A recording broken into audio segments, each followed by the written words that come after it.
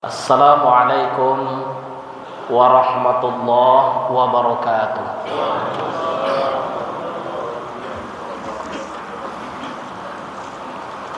Allahu Akbar, Allahu Akbar.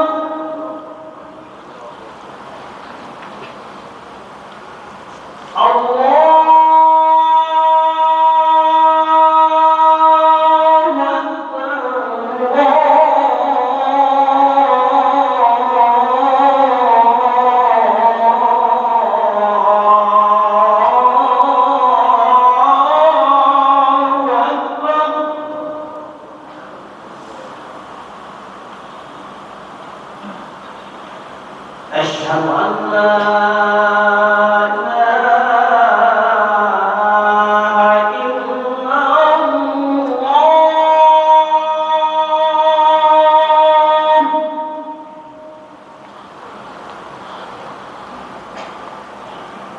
أشهد أن لا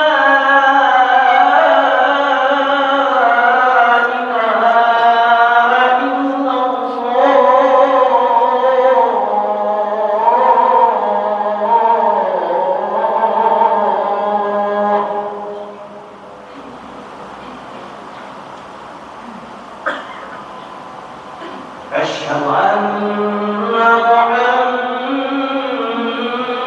محمدا رسول الله.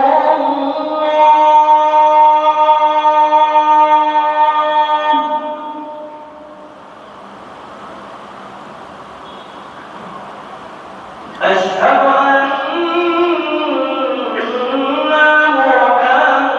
محمدا رسول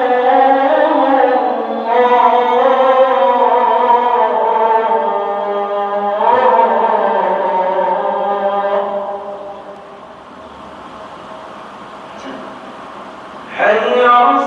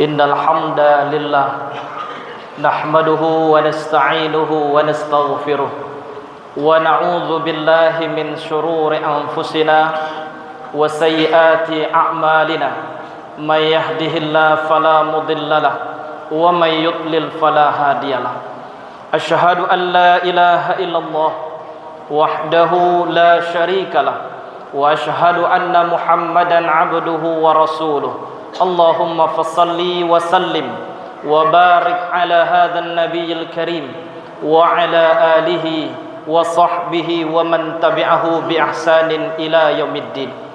أما بعد فيا عباد الله إني أوصيكم وإياي بتقوى الله فقد فاز المتقون.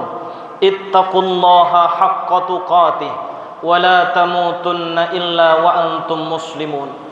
قال الله تعالى في القرآن الكريم: أعوذ بالله من الشيطان الرجيم. بسم الله الرحمن الرحيم. ونبلوكم بالشر والخير فتنة وإلينا ترجعون. وقال تعالى في آية الأخرى: بسم الله الرحمن الرحيم. وما أصابكم من مصيبة فبما كسبت أيديكم ويعفو عن كثير. Sadaqallahul azim. Bapak dan saudara kaum muslimin jemaah Jumat rahimakumullah.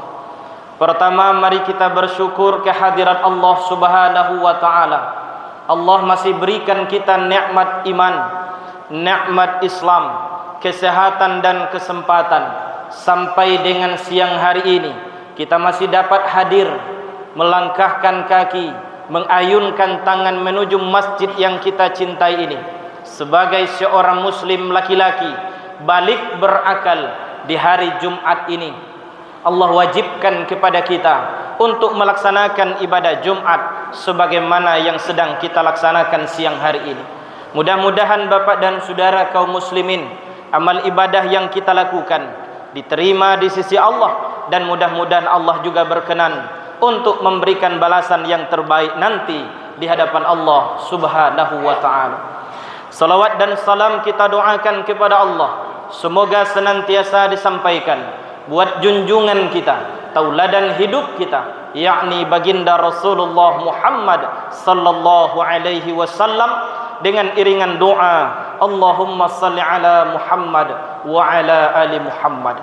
Bapak dan saudara kaum muslimin jemaah Jumat rahimakumullah, dalam kesempatan khutbah yang singkat ini, izinkan khatib menyampaikan khutbah di hadapan kita bersama dengan judul memaknai ujian, musibah dan azab.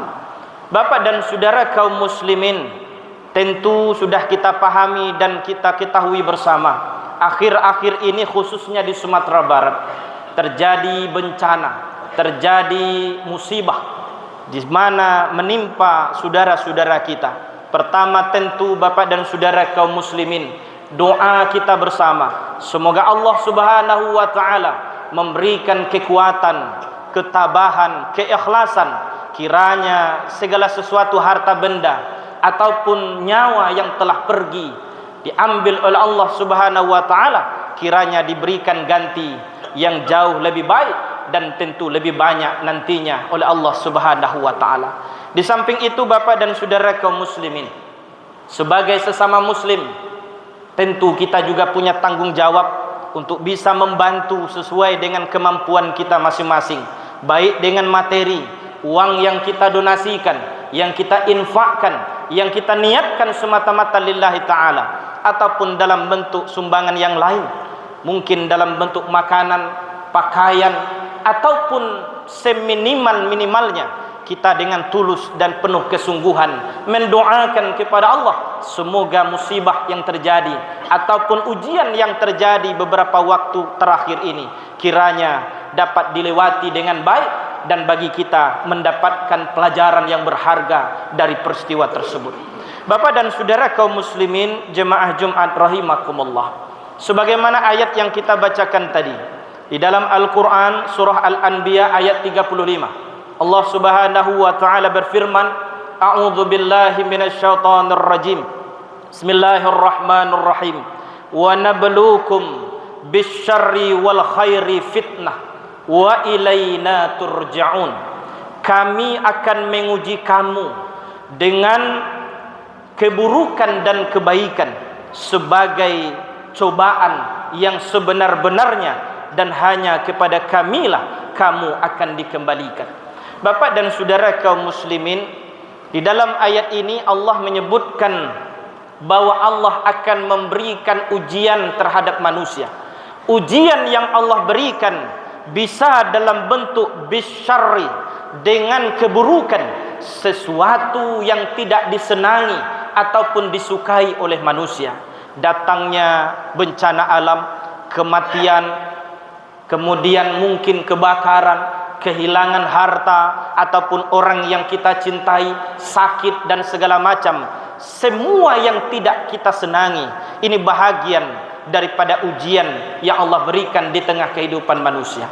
Dan tentu Bapak dan Saudara kaum muslimin, orang-orang yang mendapatkan ujian adalah mereka yang benar-benar beriman, mereka yang menjalankan perintah Allah Subhanahu wa taala.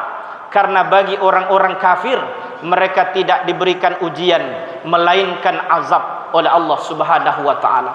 Yang kedua Bapak dan Saudara kaum muslimin, Allah turunkan ujian di tengah kehidupan manusia, boleh jadi dalam bentuk wal khair, dalam bentuk kebaikan.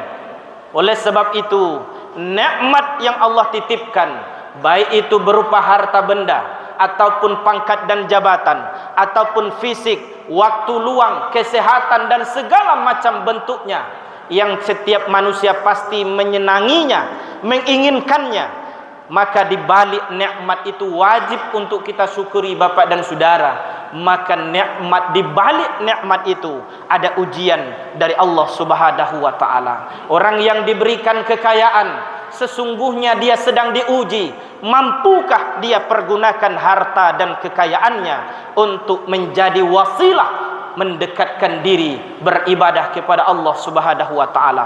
Begitu pula ketika seseorang dititipkan amanah, pangkat dan jabatan, kekuasaan. Amanah bukan untuk dibangga-banggakan, bukan untuk dijadikan alasan kesombongan.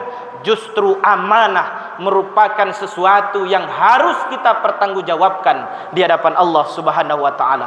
Bapak dan Saudara kaum muslimin, jemaah Jumat rahimakumullah, ujian atau disebut dalam ayat ini ibtila, bisa datang dalam kondisi nikmat yang baik ataupun sesuatu yang buruk. Kemudian juga dipahami secara bahasa Bapak dan Saudara bahwa ujian ini adalah ikhtibar. Artinya Allah sedang melakukan penyelidikan, ataupun Allah sedang ingin melihat sebagaimana kita diberikan nikmat, mampukah nikmat itu menjadikan kita menjadi hamba yang bersyukur, atau ketika didatangkan ujian, mampukah kita bersabar untuk melewati ujian itu. Begitu pula disebutkan oleh Allah Subhanahu wa taala di dalam Al-Quran surah Al-Mulk ayat yang kedua, Alladzi khalaqal mauta wal hayata liyabluwakum ayyukum ahsanu amala. Allah jadikan kematian, Allah jadikan kehidupan, liyabluwakum ayyukum ahsanu amala, agar Allah menguji ataupun mengetahui siapa di antara hamba-hambanya yang paling baik perbuatannya. Bapak dan Saudara kaum muslimin, jemaah Jumat rahimakumullah. Kemudian juga kita temui di dalam Al-Quran, Allah menyebutkan kata musibah. Di antaranya misalnya kita baca alladzi idza asabathum musibah qalu inna lillahi wa inna ilaihi raji'un. Dan orang-orang yang apabila ditimpa dengan musibah, lalu mereka mengatakan segala sesuatu datang dari Allah dan akan kembali kepada Allah. Bapak dan Saudara kaum muslimin, musibah ini merupakan bentuk daripada teguran dari Allah. Musibah adalah bentuk peringatan. Biasanya Bapak dan Saudara, musibah datang dalam bentuk sesuatu yang tidak kita senangi. Karena itu disebutkan juga dalam Al-Quran surah Asy-Syura ayat 30. A'udzu billahi minasyaitonir rajim. Bismillahirrahmanirrahim. Wa ma asabakum min musibah fabima kasabat aydikum wa ya'fu an katsir. Dan apa saja musibah yang menimpamu, maka adalah disebabkan oleh perbuatan tanganmu sendiri, dan Allah memaafkan sebahagian besar dari kesalahan-kesalahanmu. Artinya Bapak dan Saudara, barangkali sebagai manusia ada saatnya kita lalai, ada kemungkinan kita melakukan perbuatan dosa, meninggalkan segala perintah Allah, melakukan hal-hal yang dilarangnya, datangnya musibah di tengah kehidupan kita, sesungguhnya bahagian dari cara Allah untuk mengingatkan kita sebagai teguran dan peringatan agar kita kembali ke jalan Allah Subhanahu wa taala. Begitu pula dalam ayat yang lain disebutkan oleh Allah Subhanahu wa taala, a'udzubillahi minasyaitonir rajim. Bismillahirrahmanirrahim. Zaharal fasadu fil barri wal bahri bima kasabat aydin nas liyuziqahum ba'dalladzi 'amilu la'allahum yarji'un. Telah nyata kerusakan di darat dan di laut disebabkan atas perbuatan tangan manusia, dan Allah merasakan kepada mereka sebahagian daripada akibat perbuatan mereka, la'allahum yarji'un, agar manusia kembali kepada Allah Subhanahu wa taala. Artinya Bapak dan Saudara, Allah turunkan musibah di tengah kehidupan orang-orang yang beriman tentu sebagai tanda, salah satu tanda Allah masih sayang dan cinta kepada kita. Di saat mungkin kita dalam lalai beribadah kepadanya atau melakukan perbuatan dosa, Allah inginkan kita untuk kembali kepada Allah Subhanahu wa taala. Yang ketiga Bapak dan Saudara kaum muslimin, di dalam Al-Qur'an tentu sering kita dengarkan ataupun kita baca bahwa di antara bentuk yang Allah berikan adalah azab. Azab Allah berikan hanya kepada orang-orang kafir. Oleh karena itu Bapak dan Saudara kaum muslimin, di dalam Al-Qur'an sebagaimana yang Allah sebutkan bahwa Allah memberikan azab di dalam surah As-Sajdah ayat 21. Bismillahirrahmanirrahim. Wala nudhiqannahum minal adzabil adna dunal adzab akbar la'allahum yarji'un. Dan sesungguhnya kami merasakan kepada mereka sebahagian azab yang dekat di dunia sebelum nanti azab yang lebih besar yang Allah akan berikan kepada orang kafir di akhirat, agar mereka kembali kepada Allah Subhanahu wa taala. Bapak dan Saudara kaum muslimin, jemaah Jumat rahimakumullah, barangkali perlu dan barangkali menjadi pertanyaan bagi kita, kenapa Allah menguji manusia? Kenapa Allah turunkan ujian di tengah kehidupan manusia? Yang pertama Bapak dan Saudara, ujian yang Allah turunkan ini bahagian daripada sunnatullah. Ini bahagian daripada kehendak Allah yang jauh sebelum manusia itu diciptakan. Segala sesuatu yang akan terjadi di dalam kehidupan manusia sudah Allah tetapkan, sudah ditulis dalam kitab Lauhul Mahfuz. Oleh karena itu, sebagai orang-orang yang beriman, mesti kita menyadari bahwa selama kita hidup, selama kita beriman kepada Allah, maka ujian pasti akan datang silih berganti dalam kehidupan kita, baik dalam bentuk nikmat ataupun bencana ataupun sesuatu yang tidak kita senangi. Di dalam Al-Qur'an surah Al-Ankabut ayat yang kedua, Allah Subhanahu wa taala berfirman, Bismillahirrahmanirrahim. Ahasiban nasu ayyutraku ayyaqulu amanna wa hum la yuftanun. Apakah manusia mengira ketika mereka mengatakan qalu amanna, kami beriman kepadamu ya Allah, sementara belum datang ujian terhadap apa yang mereka ucapkan. Karena itu Bapak dan Saudara kaum muslimin, hadirnya ujian, datangnya bencana di tengah kehidupan kita sebagai orang-orang muslim, sebagai orang-orang mukmin, tentu merupakan sunnah ilahi yang tidak mungkin kita tolak, yang tidak mungkin kita lari daripadanya, melainkan kita jadikan ini sebagai jalan untuk lebih dekat dengan Allah Subhanahu wa taala. Bahkan dalam ayat yang lain disebutkan oleh Allah, ainama takunu yudrikumul mautu walau kuntum fi burujim musayyadah. Kemanapun manusia lari, kemanapun mereka pergi, meskipun mereka bersembunyi di dalam sebuah benteng yang tinggi, benteng yang kokoh, mereka pergi ke ujung dunia, ke ujung bumi dengan harapan tidak bertemu dengan kematian, maka Allah menjamin dimanapun manusia berada, maka kematian pasti akan datang menemui mereka. Bapak dan Saudara kaum muslimin, jemaah Jumat rahimakumullah. Kemudian yang kedua, Allah Subhanahu wa taala menurunkan ujian di tengah kehidupan kita agar kita menata hati, tahsinul qalbi. Barangkali dalam kehidupan ini kita lalai, kita banyak melakukan dosa. Karena itu Allah ingin mengingatkan kita. Allah ingin kita lebih dekat dengan Allah Subhanahu wa taala. Bukankah ketika kita dirundung musibah, ketika kita didatangkan ujian ataupun datang bala di tengah kehidupan kita, salat kita lebih khusyuk, doa kita lebih lama, kemudian ibadah-ibadah kita yang lain kita laksanakan dengan maksimal. Oleh karena itu Bapak dan Saudara kaum muslimin, Allah ingin mengingatkan kita. Allah sayang kepada umatnya sehingga Allah turunkan ujian agar mereka bisa menata hati. Kemudian yang ketiga Bapak dan Saudara kaum muslimin, kenapa Allah memberikan ujian di tengah kehidupan manusia? Agar manusia mampu tahsinus syukri wa daf'ul kufri, agar manusia betul-betul meningkatkan rasa syukurnya dan jauh daripada kekufuran. Karena itu Bapak dan Saudara, betapa berharganya nikmat Allah. 1 detik, 2 detik kesempatan yang Allah berikan, ataupun kondisi aman yang Allah berikan, ternyata begitu berharga. Oleh karena itu Bapak dan Saudara kaum muslimin, Allah mengingatkan dalam Al-Quran surah Al-Baqarah 155, وَلَنَبْلُوَنَّكُمْ بِشَيْءٍ مِنَ الْخَوْفِ وَالْجُوعِ وَنَقْصٍ مِنَ الْأَمْوَالِ وَالْأَنْفُسِ وَالثَّمَرَاتِ وَبَشِّرِ الصَّابِرِينَ. Dan Allah memastikan akan kami uji manusia, kata Allah, dengan sebahagian kecil daripada rasa takut, kekurangan harta, kematian, kekurangan buah-buahan, dan sampaikan berita gembira kepada orang-orang yang bersabar. Bapak dan Saudara, kenapa Allah berikan ujian di tengah kehidupan kita?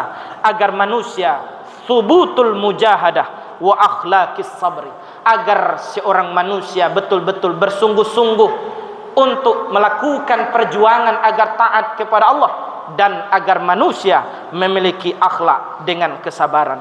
Tidak ada yang datang menimpa kehidupan seorang muslim, kata Nabi, tiada kesedihan yang menimpa seorang muslim, baik itu duka cita, kesulitan, kesedihan, kepedihan, kecelakaan, sehingga duri yang menusuk kepada kakinya, melainkan Allah akan ampunkan dosa-dosanya disebabkan oleh peristiwa tersebut.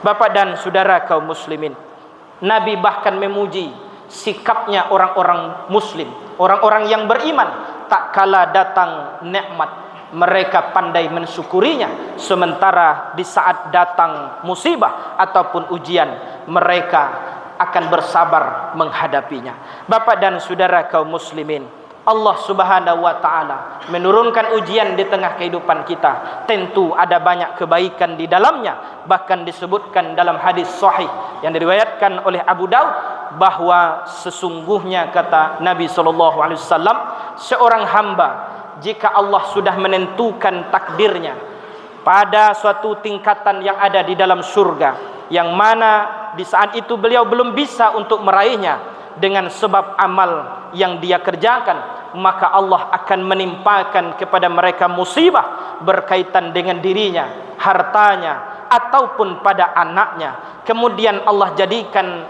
pada diri orang yang ditimpakan musibah itu, kata Nabi, kesabaran atas musibah yang menimpanya, sehingga disebabkan dengan itu Allah akan menaikkan dirinya dan menetapkan kepadanya surga yang telah dijanjikan oleh Allah Subhanahu wa taala. Fa'tabiru ya ulil absar la'allakum tuflihun.